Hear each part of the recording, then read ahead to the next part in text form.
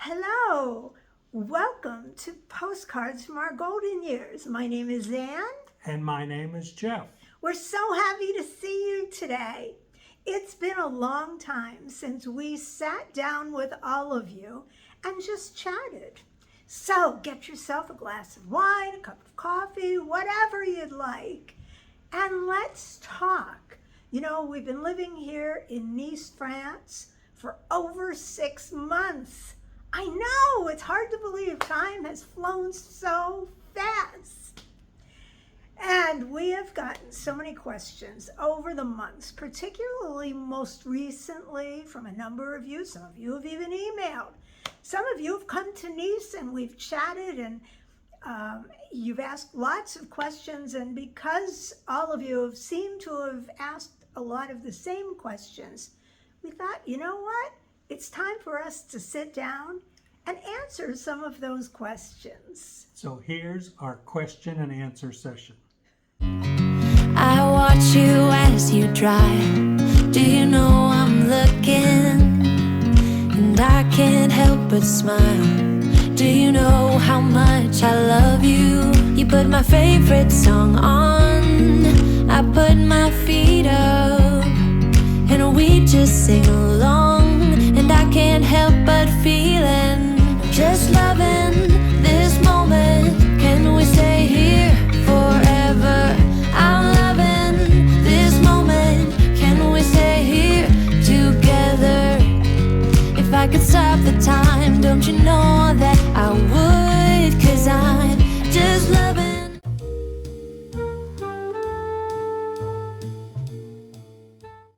So the question is, do we have any regrets about moving here? Personally, I have not one regret at all. I have a half a regret. Really? My regret is I should have studied French much more seriously before leaving the United States. I thought when I got here it would be easier to pick it up. However, Anne was very conscientious and worked on her French, all her vocabulary, all of the French rules about what letters you don't say, you do say. So when she got here, she is much more comfortable conversing with people. That's my only regret. I should have concentrated, and I should have, on the build up to moving, I should have learned more French before leaving the United States. However, when I got here, there are a number of people that speak English, but it would still be helpful, and I think more polite, if you come to France, to at least know some basic French. I have to agree with Jeff's regret. For him, I did take an advanced French class, which I took for probably about a year before we moved here. And then we got so busy and we're traveling so much that I ended up having to stop the class because I found that I just didn't have time to attend the class. And at some point, I will go back and rejoin that class. It was a great online class. I had a lot of fun, and I will definitely want to get back to it. But what I do find is that for the most part, I'm the one who does all of the talking. And, you know, I'll be very honest with you. Sometimes I get tired of being the only one who can speak French. The doorbell rings. We have a door phone that if somebody's downstairs, the gate's locked and the door to the building is locked. So the buzzer rings. Jeff refuses to pick up the phone because 100% of the time there's someone on the other end who does not speak English, and he refuses to pick up the phone. So I have to go and answer the phone, and if the people speak really fast, I have no idea what they're saying either, but I did learn the word colis. I learned that pretty fast after we moved here. Colis means package. So if I hear somebody saying a whole bunch of words together, speaking so fast that I can't understand, I will ask them in French, avez-vous un colis? Avez-vous un colis pour nous? Do you have a package for us? 9 times out of 10, they say yes, and I say j'arrive, or mon mari arrive, which means either I'm coming or my husband's coming, and we go downstairs. And Jeff is right. A lot of people here in Nice do speak French, A lot of English. people here in Nice do speak English. A lot of people in Paris speak English too. But the reality is, think back, if you're someone who lives in the United States and you're thinking about coming over here and you don't have a lot of French. When we lived in the United States, we lived in Florida, where there is a very large Hispanic population. And, you know, we love the immigrants. We have no problem with any of them because they're very hardworking, good people. They're wonderful, warm, friendly people, but they don't speak English. A lot of them do not. And one of my biggest beefs with them coming to, we were in Naples, is, you know, we speak English here. Why don't you at least make an attempt to speak English? When we were trying to sell a lot of our furniture and stuff, a lot of them would respond to ads that I had on Craigslist or on Facebook Marketplace, and they'd be responding in Spanish.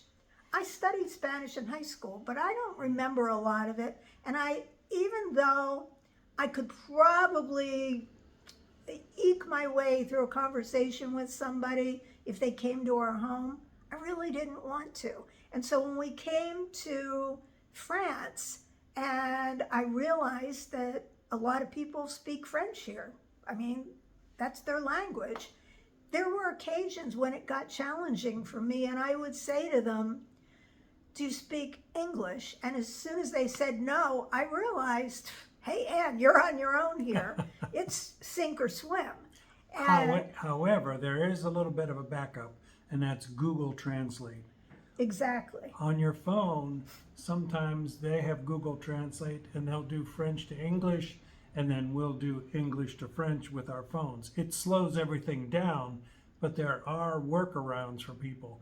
But knowing French is a big important thing, and if you're coming to France, I must say, study French so that you at least know some opening phrases and things, so that when you get here, you understand a little bit what people are saying. You do need to make an effort. You need to start every single conversation with every interaction with anybody out there, whether you know they're French or not, with bonjour, or in the evening once it gets dark, bonsoir. Bonsoir, bonjour, monsieur, madame. And if you go into a store, you say that. When you leave a store, you always say merci, au revoir, or merci, bonne journée, meaning have a good day. So it is really important to make the effort. Don't come over here and think, you know what, so many people speak English, I'll be fine. I don't need to learn French. You really do. If you want to become a part of the French community and have French friends, you need to learn to speak French. That's the reality of it. So, you know, getting back to Jeff and his regret, I do regret that he hasn't yet taken learning French seriously. I'm optimistic. I don't think he's going to spend the rest of his life letting me do the talking, because, you know, God forbid something happens to me. Okay, yeah, there are a lot of people out there who speak English, but personally, I have found a lot of people out there who don't speak English, and they don't have the patience to wait while you pull out your cell phone and go with Google Translate. And Bella and I walk around the block many times a day, and many people stop and say something to Bella in French, and I nod and smile, not knowing anything of what they're saying, and then I say au revoir, and we walk away. And then he has no idea what they've said. Right, but they're very friendly, and I would feel that I need to, if I were backing up 12 months, I would say, Jeff, study French more seriously. When you get here, it's going to help you blend in and feel more comfortable. The other thing with regard to languages, those of you who did learn French back in the day, back in high school, college, the French you learned there is not quite the same as the French that we speak here. Conversational French. I learned French too, but it was when I learned it back, 53, 54 years ago. It was Parisian French, and it was proper, formal French. When you come here, depending on where in France you live, there are different ways of saying things than what we learned back in the day. And for sure, back in the 60s and 70s when I went to school, we didn't learn vocabulary to help us get our internet set up or other technology issues. There are a lot of modern, I mean, they're not modern to Phrases. us because we've grown up with all of these things now, but there are a lot of modern phrases and colloquialisms and shortcuts that people use here in France that we didn't learn, or that I didn't learn back in the years when I was studying French. And I studied for 8 years, so I do have a very large vocabulary. But often I say things, and even though I'm saying them in French, people will say to me, I don't understand, and I have to find another way to say it in French. And then they realize, oh, I know what you're saying. Yeah. So definitely, if you're thinking about coming here and you don't have any French, start studying French, and when you get here, continue. Right. I worked, if you have French, and you just want to do a refresher and you want to learn to pronounce things better so that you sound more French, I've got 2 people that I can recommend. One is the woman, she's from the UK, that I was taking classes with online. She is a fun teacher. I would highly recommend her. And if you prefer, there's a local woman here in Nice who also teaches French. I haven't taken classes with her, but I do know that there are quite a few people who do take classes with her.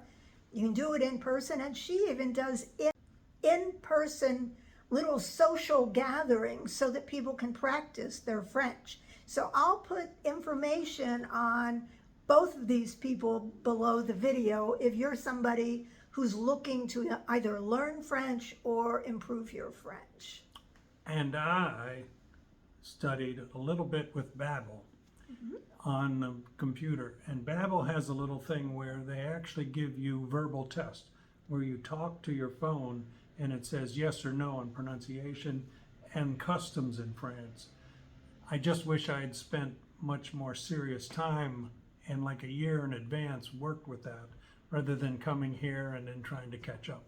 So what are your plans for the future as far as learning French, Well, Jeff? I would think I would be very fluent in French as soon as I start concentrating. And when will you be doing that? The world wants to know. Very, very soon. Very, very soon. Well, that's good to know. Okay. Okay. Well, so the next question is, how's our apartment? Have we done anything else with the apartment?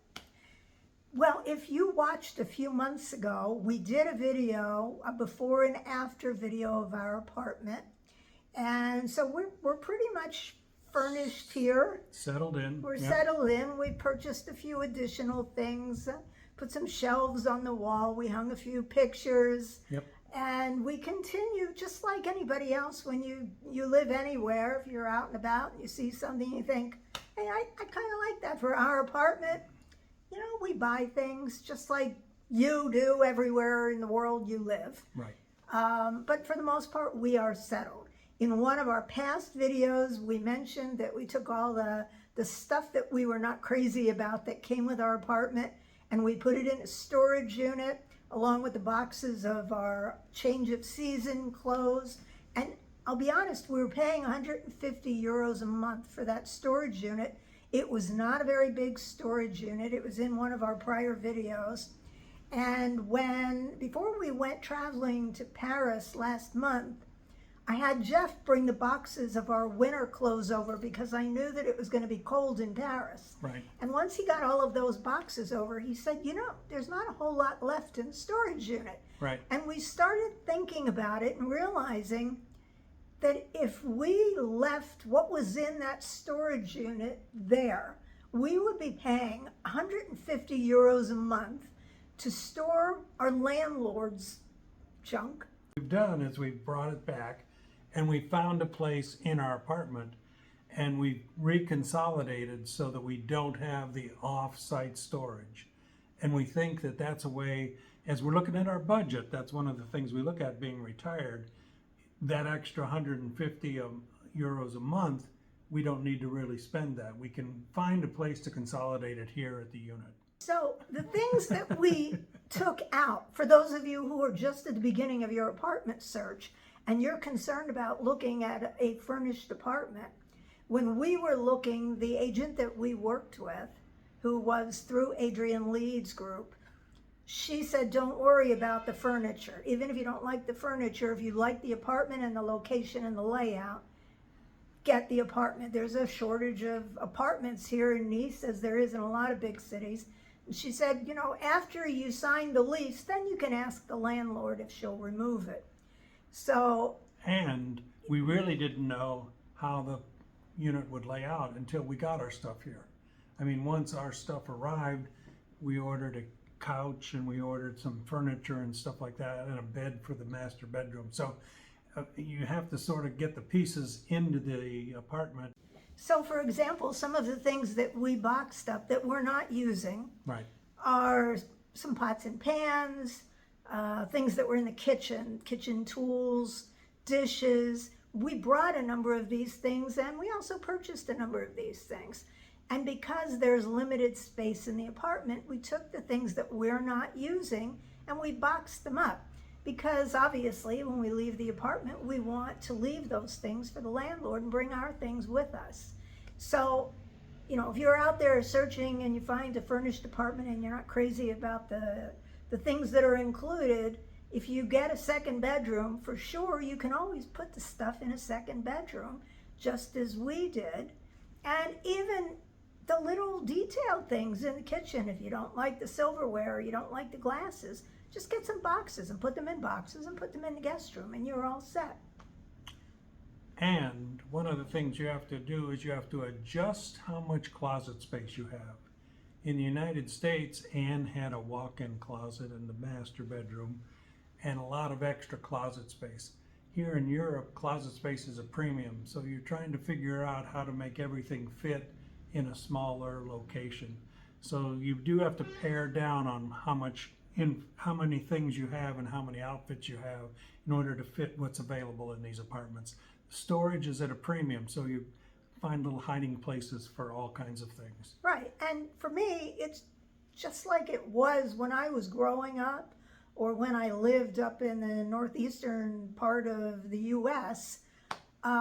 I didn't have a walk-in closet, and so every season I changed the clothes. Right. And I kept the alternate season's clothes in a box, in my case, either in a basement or an attic. Right. So here, I keep the alternate season's clothes in boxes stacked in a corner in our guest room. Right. So these are some of the adjustments we've made, and as Jeff said, there was no reason to keep paying 150 euros a month to store stuff that we could keep in the guest room. Right. We don't have a lot of company who come to visit us. I mean, we make the offer, but the people don't necessarily come. So for us, the guest room is the perfect place to store the stuff. And anybody who comes to visit us, they're just going to have to understand that they get to share the guest room with our stack of boxes. With our treasures. Exactly. So, and now that it's fall, we're starting to look ahead to where are we going to put the Christmas tree. We're not really going to decorate for Halloween, but I do have some decorations for fall. Right. There is no Thanksgiving technically here in Nice, although if you're part of the group that is familiar with Adrienne Leeds' après-midi gatherings, Adrienne Leeds has an annual Thanksgiving dinner that we have signed up for, and it's very reasonably priced, and we can go and join a bunch of expats at a cafe that's going to put on the dinner for the entire group. And so we will get to celebrate Thanksgiving with a bunch of other people who celebrate Thanksgiving, even if it's not with family who we've left behind in the U.S.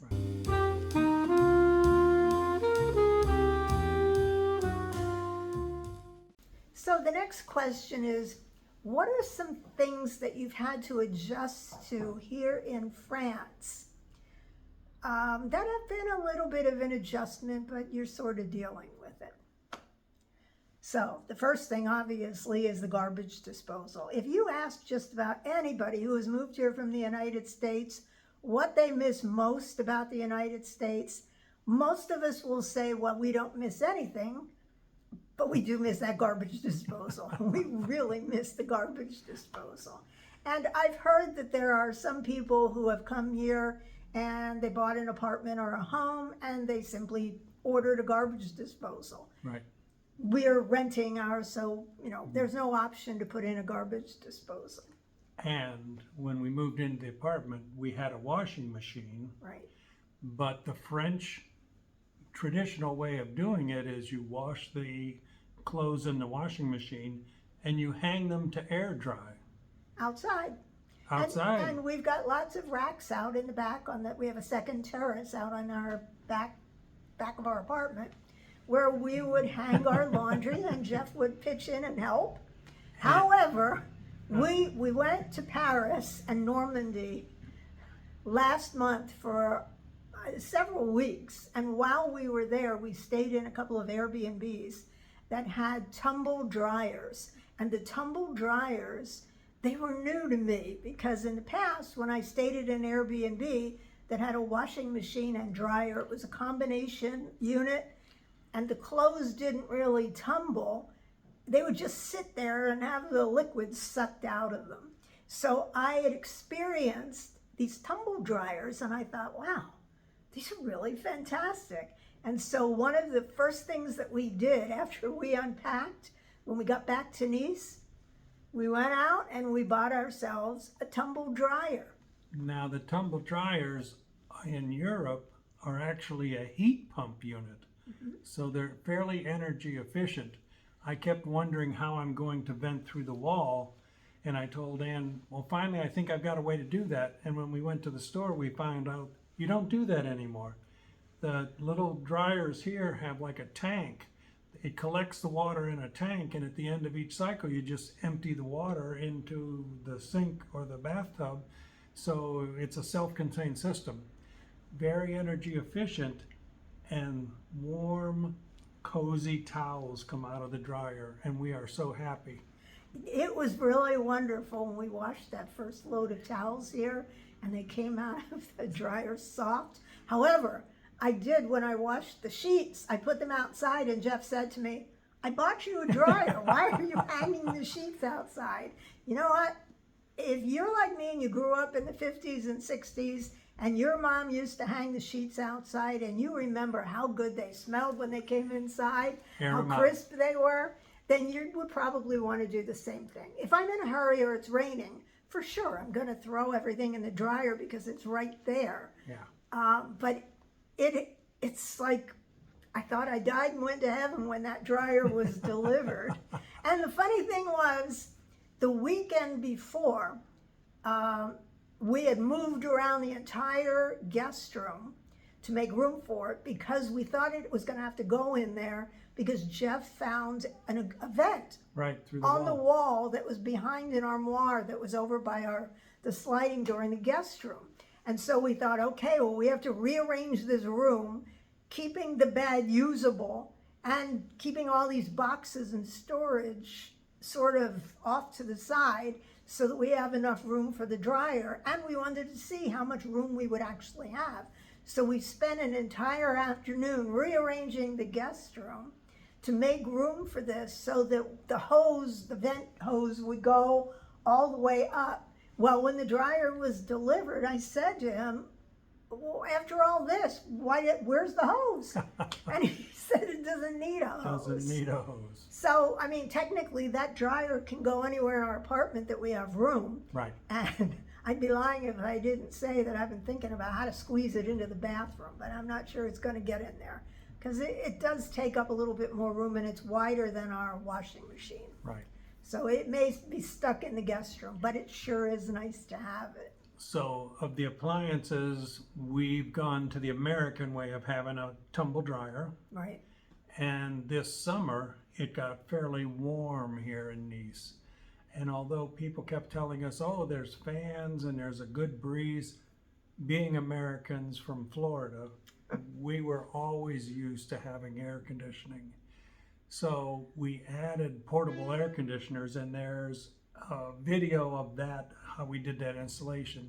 So This video, actually, Jeff did a complete video on how he hooked up those portable air conditioners. So you'll want to watch that, maybe not now because this is probably fall when you're watching this video. right. And you're probably not going to need to know how to hook up those air conditioners until maybe spring.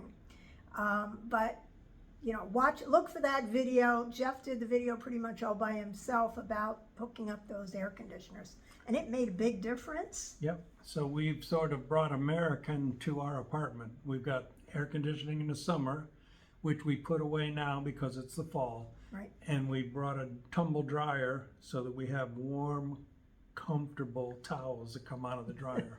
So we are spoiled Americans living in a French apartment. But we feel more and more at home in this apartment as we bring those additional little comforts. Yes.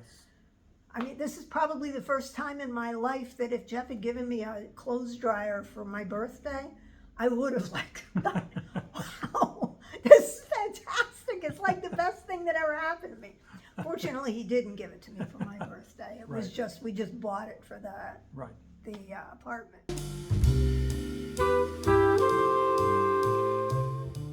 Television, a lot of people asked, can you watch American television?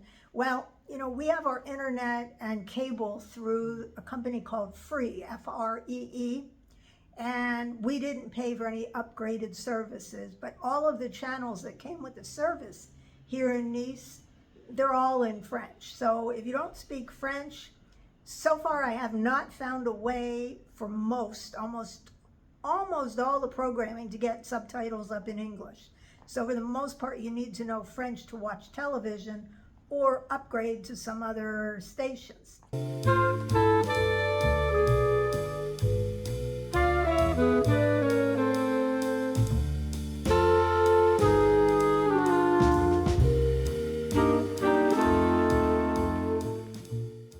However, how did we get around it? Well, the Golden Bachelor came out this year, and Anne became very fascinated with watching episodes of the Golden Bachelorette. So she found a workaround. Well, actually, before that, long before the Golden Bachelorette. Golden Bachelorette, yes. We had an Amazon Fire Stick. So if you have an Amazon Fire Stick, bring it along. Now, the plug that it plugs into, I have two of them. One is an old version, one is a new version. So one of them needed a power plug, so we had to make sure we had an adapter from US power to French plug. Right. The other one just plugs into a USB, so there was no problem there.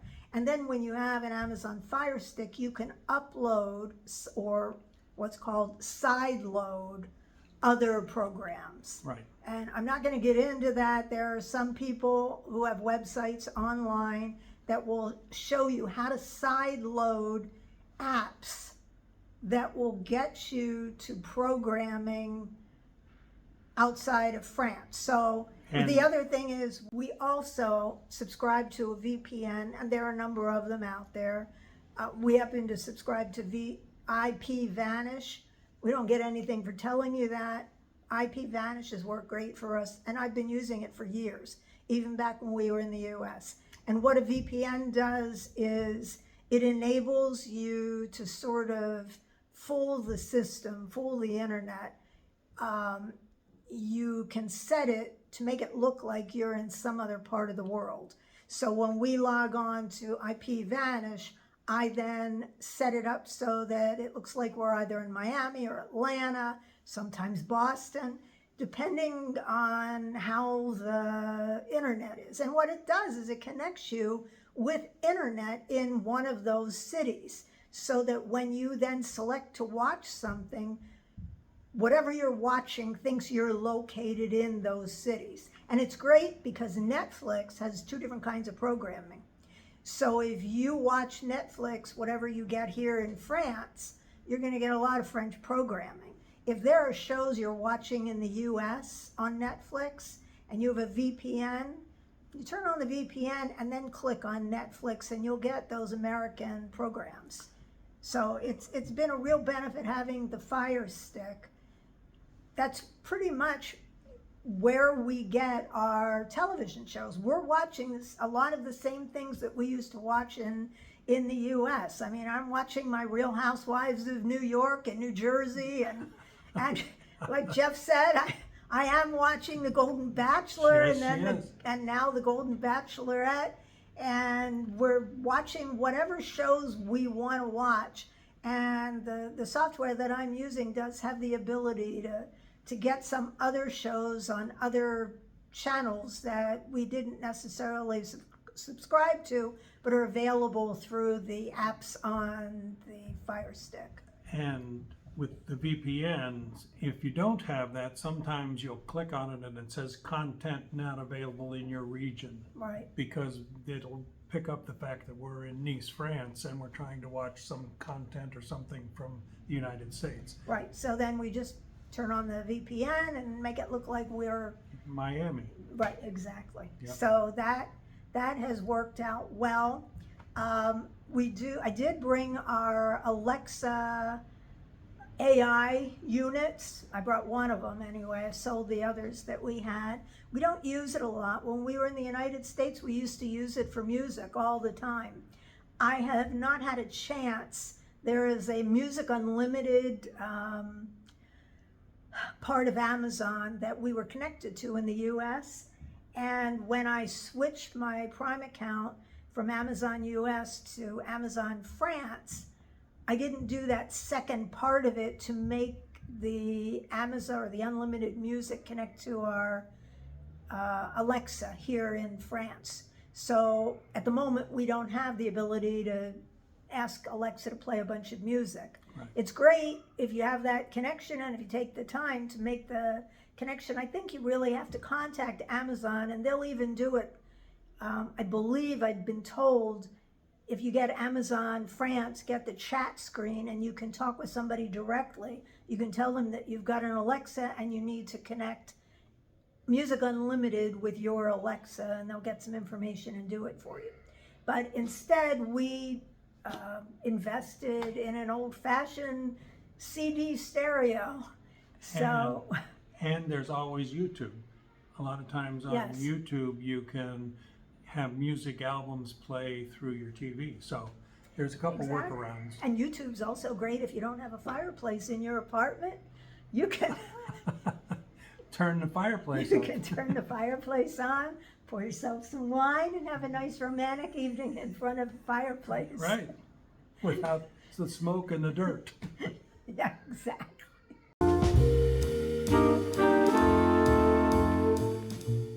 So the next question is, do we miss not having a car? No. No.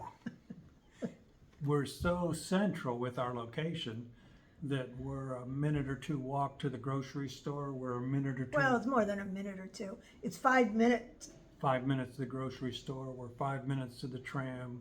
We're 10 minutes to the train station.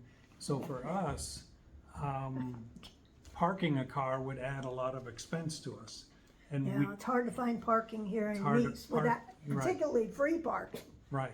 So everything on the street, people are metered, so they're always putting money into the meter there on the street. So Yeah. for us, it was a big savings, no car insurance, no car payment, no car maintenance. We did purchase a year pass that we just swipe our phones as we go on to the different buses and the trams here in town. And then Ann finds a couple of apps for the train to book train passages when we go different places. Right. So we've learned to enjoy not having a car. And if we want to go someplace where really you need a car because there's nothing in public transportation that's going to get you there easily without getting off a train and having to walk a few miles, someday, I mean, we may rent a car.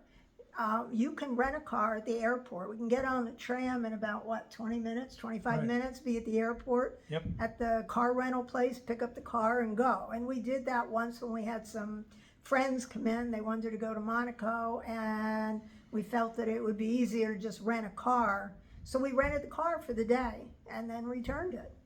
And we rented a car on our trip to Barfleur, where we went Do out. you mean to Barfleur? Barfleur, to Barfleur, when we went out to see the D-Day invasion beaches and stuff. We Right. did drive out in that area because it was much more rural, much more spread out. It would have been impossible to do Normandy area with all of the things that we saw Right. without a car. You really needed to have a car out there in Normandy. It may- Unless, I mean, if you're in Paris and you book a tour, Bus tours. so yeah, somebody will come and get you and take you out there and bring you back, and you're on a van or a car or whatever. Yeah.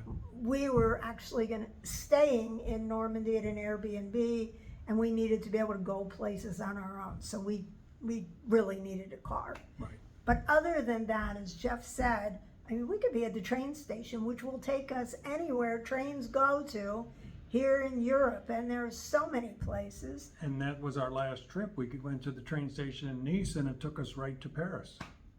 Right, exactly. We got 10 minutes from our apartment with our suitcases, too many of which, unfortunately, we had with us. But in 10 minutes, we were at the train station, and we got on the TGV, the high-speed train to Paris. Away we went. It was wonderful, yes. And coming back, it was the same. Yep. So you don't need a car, and you save so much money on the expenses of having a car or on car insurance. We don't miss that for sure. Right.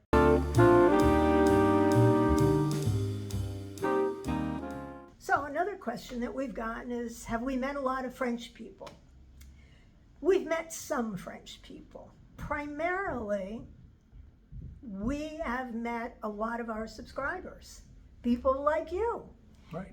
People who have come to Nice, and they'll drop us a line and they'll say, you know, they subscribe, and they are coming to Nice either on vacation, or they're coming to Nice because they're planning to move here, or some of them moved here and they said, you know what, we've been watching your channel all along, following you, and we wonder if maybe you feel like meeting us for coffee or lunch or apéro or something. Yep. And so we met a number of people, and we liked these people, and I guess they liked us as well, and we became each other's first friends here in Nice. Right. So our circle of friends has been growing primarily, I guess, because of this YouTube channel. Right. We do have a few French friends, and we speak to people here in the building. Most of the people in this building that we live in don't speak English. There is one couple who speaks English. I believe the husband's a pilot. I'm not sure if the wife works. We have not socialized with them, but they're probably the people that we speak to the most. We run into them in restaurants here and there. They're very nice people, and everybody that we have met here in France has been very nice. Yes. So it's, as long as you are nice and you are polite and you follow courtesies here in France, you won't have a problem. One important thing, if you're moving here and you're an early French learner or advanced, make sure that when you speak to the people, you're using the vous tense. And those of you who studied French, you know what I'm talking about. There's a difference between using a familiar to for the word you, or the formal vous. I will say that within the French people that we've been speaking to, none of them have cut over to the informal tu. It's still vous. So you have to be very careful, and I don't want to be the one to make that conversion. So I learned a while back that it's best to let the French people, when you have them, when they start using that familiar to, then you know it's okay for you to do it too. But until then, you got to do things very formally, Politely. very politely. They are sticklers for courtesy. Yes. I mean, even out there in the market, they're extremely friendly, lots of smiles. always say bonjour. They always say bonjour back to you. In the market, they are so polite. The people who are selling the vegetables and the fruits out in the outdoor market at Corsalia here, they will thank you. They'll wish you a good afternoon. Whole lot different than going to a market in the United States where people just walk in and they hand somebody their vegetables and they ring them up and the person just says, $6.51, and then you pay them the money and they don't say goodbye, they don't say hello, they don't say thank you, and you walk out the door. Everybody here, super polite, and so I find that when I go to the market, I have to turn on my super polite mode. Yep. And for the most part, I'd say 50% of them speak English, 50% don't. A lot of the produce people who sell produce do not speak English. They only speak French. Yeah. But they work with you. I mean, the language of money is pretty easy. They show you, they'll write down a number on a piece of paper to tell you how much to pay. And if you can't figure out how to count the coins and you hold your hand out with a bunch of money, they will pick out how much money they need. So, they're very nice. And when you go to the market, you always take cash with you. Yes. In smaller bills, in 10s and 5 euros. Or €1 coins. Right. Because a lot of things are just 1 or 2 euros. Right. So it's always better to do that than to try and do your card at the market. Right. The other thing that we have done is we have started going to expat group things. We don't go to a lot of them, and we don't do them we don't do them very often. But for example, here in Nice, there is one expat group that meets every Sunday morning at 10:30 at a place called the Distillery in Old Nice. And it's expats actually from all over the world. It's not just expats from the US. So if you go there, we basically order a cup of coffee or espresso. You have to order something because the restaurant allows us to use the place, I guess, for nothing. But everybody's expected to buy a drink of some sort. Right. And they don't sell food. So it's literally a bar. Right. But they open it up to this group probably from about 10:30 until noon. And we've gotten to meet a number of people there from all parts of the world. Yeah. I even met somebody at that group that grew up, he's a little older than me, but he grew up around the corner from me at the very first place that I lived when I was just a little girl, which was unbelievable. Of all the places in the world, I'd run into this, or I meet this guy there. Right. But we've met people from Canada and Russia, and I think there's someone from Sweden that's there. Germany. So international crowd. Right. So even though they are expats, they're not just expats from the US. So you can widen your circle of friends just going there. And some people go there, people who have not moved to Nice yet, even if they're just thinking about moving to Nice or just visiting Nice, and they go there because there are lots of friendly faces that they can sit and have a conversation with and not feel uncomfortable to come alone. Right.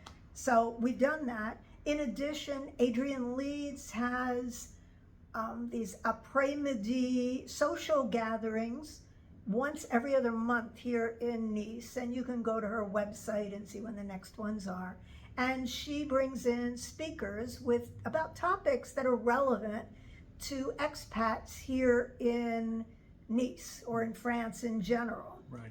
1 month we had an attorney who was talking about French wills and how to adjust your will so that your inheritance is handled the way you want it to be handled according to your US will or your French will, whatever. So there was the attorney that came. Another time we heard from book authors, and each book author, some were doing fiction, some were doing nonfiction, and so they spoke briefly about their books. We learned about a great place to shop, the market at Libération. Right. One of them was a cookbook author who told us about that, and that's where she goes to shop. So we took a ride on the tram up to Libération after that.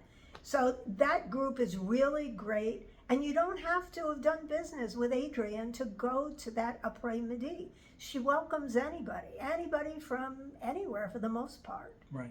So never feel like you have to have signed a contract with Adrienne to go to that. It's a great place to meet other Americans, other Canadians, other people who are living here in Nice or considering moving here.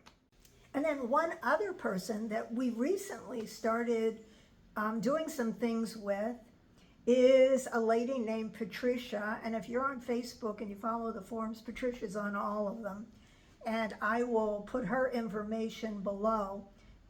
Just this week, we went on a group tour with her to an olive oil mill in Nice, but way outside of town. We had to take a train to get there. Right. Patricia is a French woman. She's also a teacher. A lot of people take French classes with her, and she does a lot of these group tours around France. So we did this little group tour early this week, and coincidentally, 2 of our subscribers were on the trip. One of them did not know that we were going to be going on the trip, so she was excited. Hi, Heidi. And the other one, Chris was a subscriber that we've been chatting with back and forth, who has supported our channel for a long time now. And Chris just moved to Nice, and we're so happy that she has come to Nice. Yep. And so she was on the trip as well. Right. So, you know, it becomes like a small family once you come to Nice, especially if you're subscribers or you're supporters of our channel. Just contact us. There's an email address below the video in the details. And if you're going to be in town and you feel like having lunch or apéro with us, I can't promise we can do it with everybody or all the time. Tell us a little bit about yourself. I mean, we're not just going to go off and meet anybody. Tell us about yourself. Right. And, you know, what you're doing here in Nice. Are you on vacation? Are you looking to move here? Who are you? We've had some emails come from people with like a name they're using as their YouTube subscriber name, and it's not a person's name. It's like, I don't know, like a made up thing. Right. And they'll say, oh, can I meet you for coffee? Well, you click on it to see who they are, and there's no profile on YouTube. So we have no idea who's asking us. And we're not just going to say, oh, yeah, sure, we'll meet you. So you need to contact us privately. Right. If you want to meet with us privately, or, you know. We'll try and work something out of our schedule. Right. But tell us about yourself. Don't just send us a message. And we're definitely not going to communicate and set up appointments publicly. So everything has to be done privately. Right. So don't ask us on a comment under the video, can we get together? Contact us below, at the email address below. And it's always pleasant, yes, to just be walking down the street and somebody starts saying, and you'll turn around totally surprised, and they'll say, we know all about you. We watch your channel. So if you see us walking on the streets of Nice, don't be afraid to say hello. We always like to meet subscribers. Yes. And initially, when we first got to Nice, it was a little caught us by surprise because people were finding us out on the street. One couple caught us. I had just gotten out of bed and took the dog out for a quick pee, and I was just at the gate to our apartment, coming back in, hoping nobody would see me, and these 2 guys, very nice couple, said, Ann, and I'm looking at them like, oh my God, who is this? I have no makeup on. I look like hell. My hair is like sticking up. And they were subscribers. Right. So now I'm much more careful when I go out. I at least put some makeup on, at least comb my hair. Right. But we do welcome. Say hi to us. Say hi to us, yes. Don't sneak up on us, though. And if we look terrible, like, think, oh my God, this may not be the day for us to say hi. No, I'm just kidding. We welcome you. If you see us on the street, please say hi. Yes. We like to meet the people who watch our videos. Right.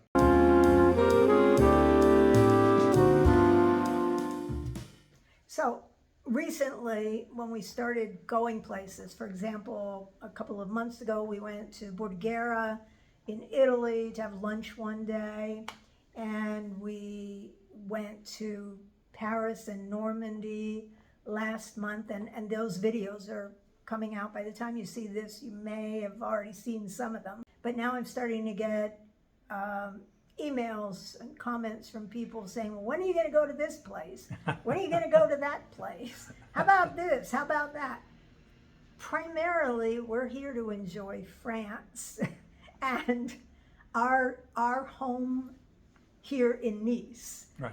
And we are not, other than, a trip here and there to Paris or some other little getaway, we're not really making a list of all the places that we're gonna go, and not every country or city is on our list. We sort of pick a place based on what we feel like doing.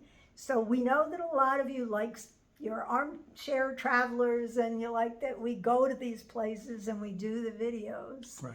But I hope you'll understand we had someone who asked when we were going to the Alps, and I've been to the Alps. As a matter of fact, just today, I was looking at videos on YouTube of some train that I had heard about going to the Alps, and we've asked some people about whether they went to the Alps.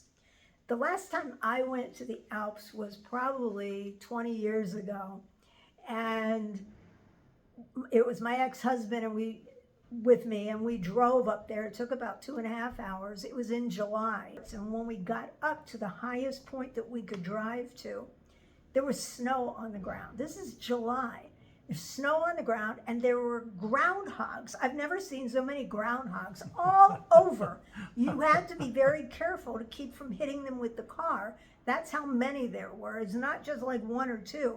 There was, I want to say, hundreds of them everywhere. I don't know whether it was some groundhog festival in July, but it was a little nerve-wracking. The other thing is, when you drive on those roads, there are no guardrails on the roads, and as soon as we hit snow, I started getting nervous because we were in a car, somebody else's car that we had borrowed, and we're driving on snowy roads, and both of us had grown up in the Northeast, in Pennsylvania and New Jersey. We knew what could happen if you hit a slick piece of ice or snow. Right. So I was scared because the drop was way, way down. And when we got up there, also the roads, they're one-lane roads. So only one car can be on the road at a time. And if another car is coming from the other direction, the other car has to tilt over. It was nerve-wracking to be in a car driving up to the Alps. On a too skinny road. Right, exactly. And considering it was July and there was snow on the ground, the thought of going back to the Alps by car kind of scares me. I didn't see anything up there other than the view, which was unbelievable, spectacular. I guess I've never been that high in my life. But I mean, here's an example of someone who said, when are you going to go to the Alps? It's not some place that's on the top of our list. And having watched a few YouTube videos on people taking trains up to the Alps, for me, it's still not something on the top of my list. I might consider flying to Switzerland and taking some public vehicle, a bus or something, to a lodge on the top of a mountain in Switzerland, but the idea of going to the Alps doesn't appeal to me. And there may be other places in Europe that are not on our list. So please understand if we don't pick your favorite place. You can always get on a plane, go over and let us know when you're in Nice, and we'll have coffee and you can tell us about the trip. So we do plan maybe to go back to Italy and see a little bit more of Italy one day. Probably not going to be traveling for a few months, till maybe after the new year. Yeah, maybe when it gets warmer. So for the most part, we may do some day trips from Nice and see what's around us here in France. And maybe next spring or summer, we'll start exploring some other places. Right.